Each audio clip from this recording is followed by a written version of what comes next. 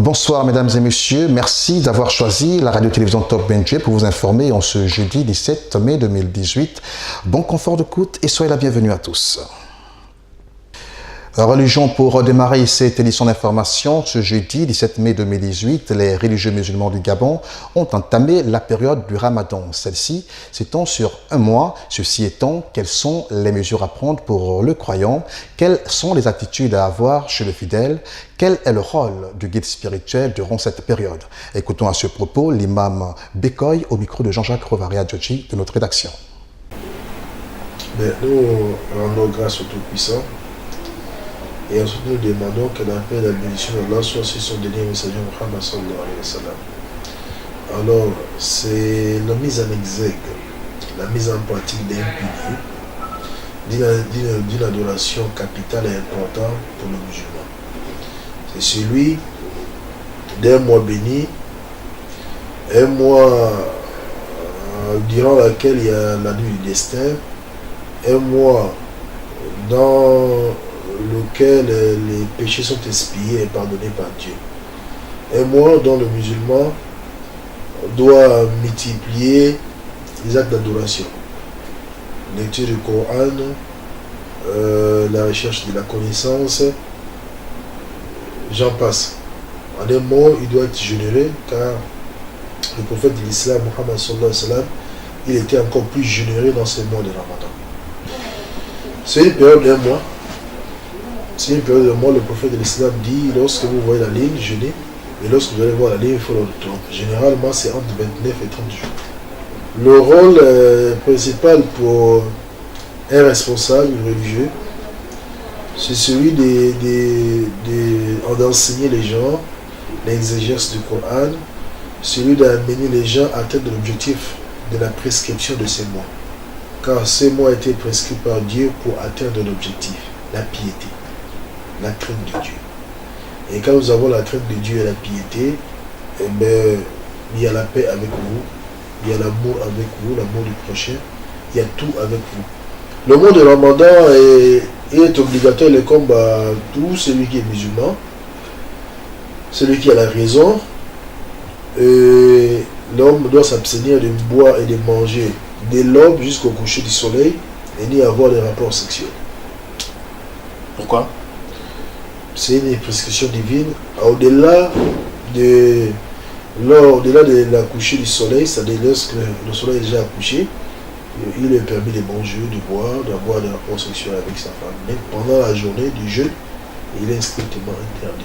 Le message, c'est le message du mois de Ramadan.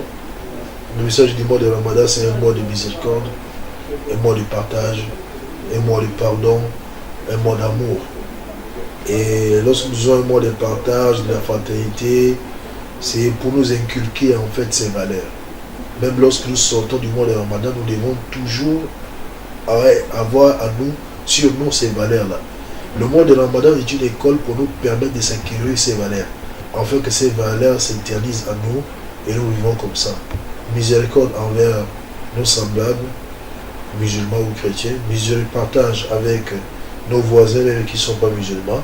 Société à présent, le lancement officiel de la formation des stagiaires sur la connaissance et la vente des produits Piso s'est ouvert aujourd'hui au sein même de l'entreprise Pisolub de Port-Gentil en présence de son directeur général Joël Pono-Papé et de plusieurs responsables de cette société, mais aussi de quelques responsables du syndicat autonome des transporteurs de logos maritimes. C'est donc 100 jeunes Gabonais qui vont ainsi bénéficier de cette formation qui, à terme, leur permettra d'avoir un emploi. Plus de détails dans cet élément de notre rédaction. C'est au siège national de la société Pisolub que s'est officiellement ouverte ce jeudi 17 mai 2018 la formation d'une centaine de stagiaires, tous Gabonais, sur la connaissance et la vente des huiles Piso et la vidange des véhicules. En effet, c'est dans l'optique de promouvoir l'auto-emploi et endiguer le chômage des jeunes que ce projet a été initié par cette entreprise spécialisée dans la fabrication et le conditionnement des huiles de graissage et industrielles sous la houlette de son directeur général, Joël Pono-Papé. Avant toute chose, je tiens à remercier tout particulièrement le directeur général, M. Pono-Papé Joël, pour cette brillante opportunité accordée aux jeunes Gabonais en quête d'expérience professionnelle. Je vous prie de bien vouloir l'ovationner.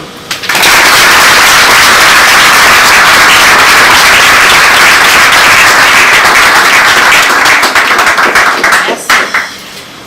Je tiens également à remercier toute l'équipe dirigeante de la société Pisolub qui, sans relâche, accompagne le directeur général dans toutes les prérogatives qui lui sont assignées par l'État, entre autres la création des emplois visibles afin de résoudre le problème du chômage. Après que le directeur technique ait brièvement présenté l'entreprise, le directeur général, quant à lui, est revenu sur la présentation des produits Piso, les objectifs visés par cette formation et le bien fondé de ce projet. Nous souhaitons que vous preniez conscience. Vous êtes les précurseurs de Pisolub. Nous voulons avoir avec vous un contrat gagnant-gagnant. Nous sommes là, 3 entités dans cette salle. Pisolub, qui fabrique toutes les huiles qui sont vendues au Gabon. Nous fabriquons plus de 250 types d'huiles que vous utilisez partout au Gabon, sont fabriqués ici à Pisolub. Donc Pisolub représenté par nous. La deuxième entité, c'est vous. Nous souhaitons que vous créiez votre propre business, l'auto-emploi.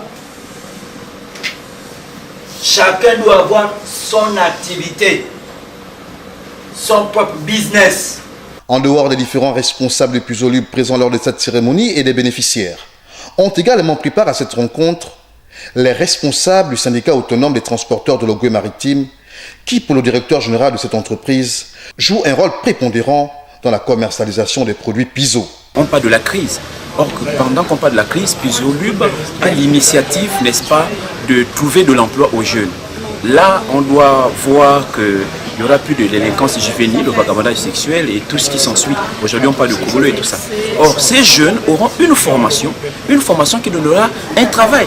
Parce qu'il y a beaucoup de personnes qui vont dans des écoles et qui, au sortir de là, n'ont pas le travail. Et là, Pisolub, on doit dire c'est louable parce que tous ces 100 jeunes, d'accord, comme le disait le directeur général, ils auront une formation et une formation qui donnera un emploi. Voyez-vous, donc c'est vraiment pas donné, c'est vraiment une grâce, une opportunité aux jeunes, n'est-ce pas, de trouver de l'emploi à ces jeunes.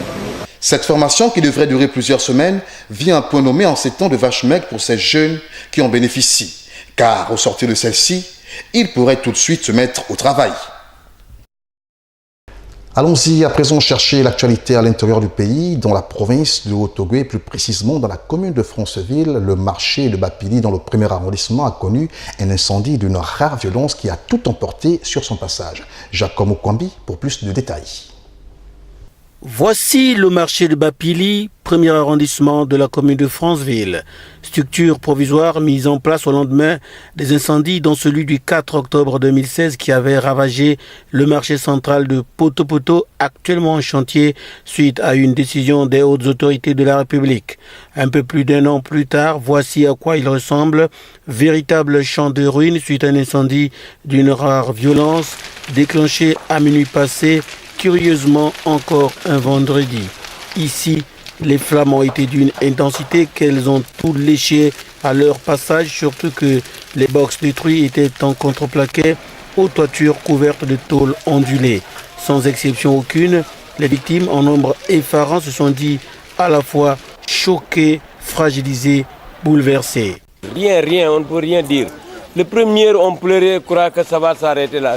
Ça là, c'est plus pire encore. Je ne sais pas comment on peut faire, mais on laisse tout sur les mains de bon Dieu. Difficile, t'as tout perdu, rien. Je n'ai rien pris. C'était vraiment incroyable, mais c'est vrai. Les mots me manquent même. Du côté des autorités municipales, le vocabulaire était peu riche pour expliquer ce énième drame dans la ville de Pierre-Savorgnan de Brazza. Et donc il nous est difficile à l'instant T de vous dire que l'incendie est dû réellement à un court-circuit. Mais à pareille occasion, le ministère public est saisi, une information judiciaire est ouverte. Je pense qu'il faut attendre les conclusions de celle-ci. Dans toute la cité, débats et commentaires sont au rendez-vous sur ce dont d'aucuns qualifient de recrudescence d'incendie, synonyme de peur au ventre de la part de toute la population.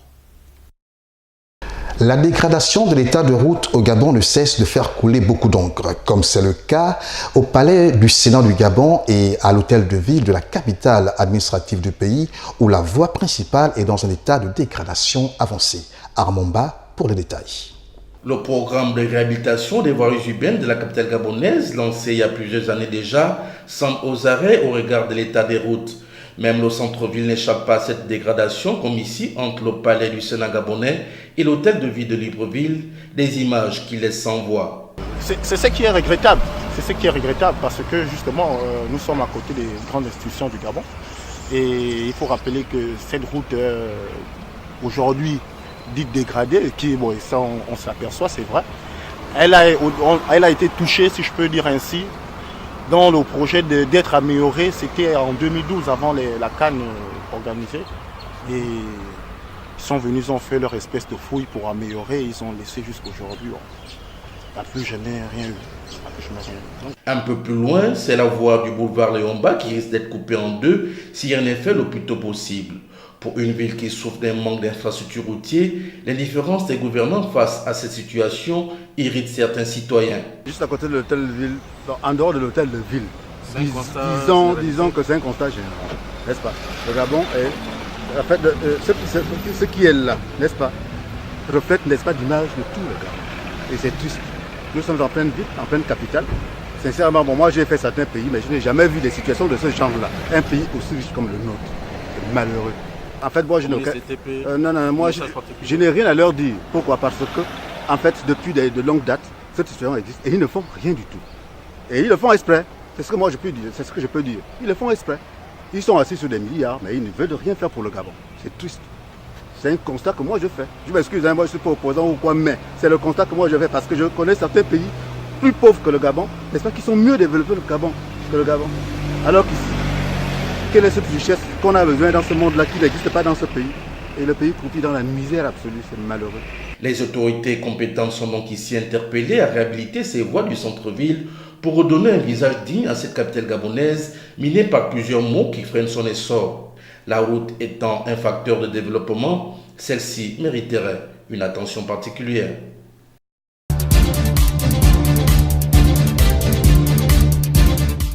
Alors, poursuivons notre édition d'information et faisons place à l'actualité sur le continent. Au Cameroun, le gouvernement a mis en place un programme de facilité élargi de crédit pour les petites et moyennes entreprises. Une mesure qui s'inscrit dans le cadre de la création d'entreprises qui tardent à aller de l'avant dans ce pays. Plus d'explications dans cet élément d'Africa 24. Selon des estimations du groupement interpatronal du Cameroun, 80% des entreprises privées camerounaises disparaissent au bout de 2 ans faute de financement. Raison pour laquelle, en vertu des résolutions du Cameroun Business Forum de 2017, le gouvernement a mis en place un programme de facilité élargie de crédit pour les PME. De plus, le Cameroun dispose d'une loi datant du 18 avril 2013 portant incitation à la création d'entreprises. Le cadre juridique est cassé.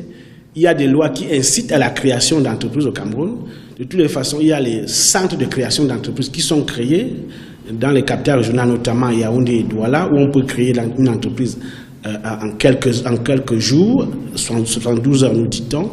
Et pendant ce temps, il y a des exonérations fiscales qui sont proposées aux créateurs d'entreprises. Je crois que c'est 2 ans. Quand on a créé une entreprise au Cameroun, on peut faire 2 ans sans payer les impôts. De toutes les façons, il y a toute une loi qui a été promulguée en 2013 qui porte sur les exonérations fiscales qui participent de la promotion, n'est-ce pas, de la PME. Au Cameroun, 72 heures suffisent pour créer une entreprise. Toutefois, des lourdeurs administratives perdurent. De plus, l'accès insuffisant aux sources d'énergie ralentit l'industrialisation du pays. Des secteurs prioritaires comme le tourisme, le secteur agropastoral et les exportations peinent encore à émerger. Là où le problème se pose avec acuité, c'est l'accès au capital et à la terre, au foncier. Et justement, c'est là où les discussions achoppent souvent entre le public et le privé en matière de politique foncière. elle est encore à parfaire au Cameroun si on veut améliorer durablement l'environnement des affaires. Et de deux, l'éternel problème du financement. Et vous voyez bien l'État s'y est mis avec la création de la banque des PME. Le secteur privé est reconnu dans la loi de finances 2018 du Cameroun comme le véritable moteur de l'économie. Il compte près de 100 000 entreprises et établissements privés qui opèrent dans des domaines variés. Les PME constituent plus de 60% des emplois et le niveau de contribution de leur chiffre d'affaires à l'économie est évalué à plus de 30%. Malgré ces chiffres, les petites et moyennes entreprises concourent encore faiblement à la valeur ajoutée nationale. Le royaume chérifien a lancé les travaux d'extension du terminal de l'aéroport de Mohamed VI. 1585 millions de dinars ont été injectés pour la réalisation de cette infrastructure. Objectif, accroître le niveau de qualité de service, répondre à l'importante croissance du trafic aérien. Reportage. Au Maroc, le compte à rebours a commencé pour l'inauguration prochaine du terminal 1 de l'aéroport Mohamed V. Les responsables des travaux souhaitent accroître le niveau de qualité de service, répondre à l'importante croissance du trafic aérien. 1585 millions de dinars ont été nécessaires pour la réalisation de cette infrastructure moderne pour le royaume. Je pense que ça donne effectivement au royaume une cote de pays moderne, d'État moderne, qui se réforme, qui se restructure, qui investit dans des infrastructures de choix, comme les aéroports, puisque quand on a un aéroport ou des aéroports qui peuvent accueillir un certain nombre de passagers, effectivement, on sait qu'on va développer économiquement des territoires. C'est ce qui se passe à Casablanca depuis quelques années, et c'est ce qui probablement s'inscrit dans la stratégie du gouvernement. Donc l'avantage, effectivement, il est de pouvoir, à travers les aéroports, accueillir non seulement des touristes, mais aussi des investisseurs étrangers. Une zone commerciale d'une superficie de 4 457 mètres carrés sera construite au niveau 1 du terminal. 84 comptoirs d'enregistrement, 60 positions de contrôle des passeports et 17 portes d'embarquement, une couverture totale en vidéosurveillance et contrôle d'accès, une signalétique pédagogique et un système d'information aéroportuaire évolué composent l'ensemble. L'introduction de 5 trottoirs roulants est prévue. Ces trottoirs faciliteront les transferts dans ce terminal et de ce terminal vers le terminal 2. Qui vont l'accueillir en grande pompe comme ils ont l'habitude de le faire, parce que c'est une fierté aussi que d'avoir un projet de cette nature qui se concrétise et qui va permettre, et là les Marocains le savent plus que quiconque, d'accueillir davantage de touristes et forcément de dynamiser le secteur touristique et l'économie marocaine tout entière. On sait qu'aujourd'hui le terminal qui accueillait 7 millions de passagers va en accueillir 14 millions.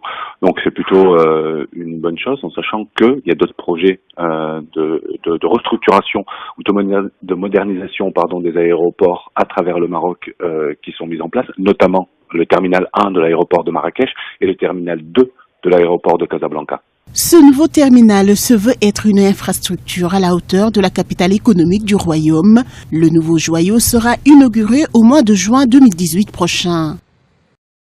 Pour la boucle de cette édition d'information, mesdames et messieurs, allons-y en Tunisie, où l'île de Djerba pourrait être considérée comme un symbole de tolérance du fait de l'intérisme et le fondamentalisme qui menacent présentement les régions. Cet endroit abrite l'une des dernières communautés juives du Maghreb d'une population estimée à 1200 personnes. Reportage.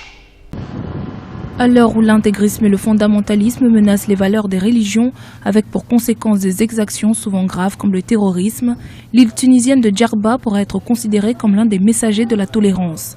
Elle abrite une des dernières communautés juives du Maghreb, forte d'environ 1200 personnes. Communauté qui vit en parfaite harmonie depuis des décennies avec ses confrères musulmans. Au début du mois de mai, les juifs de Djerba se sont rassemblés autour de la plus ancienne synagogue d'Afrique, la Griba, qui est aussi le lieu d'un important pèlerinage qui reçoit environ 6000 fidèles chaque année.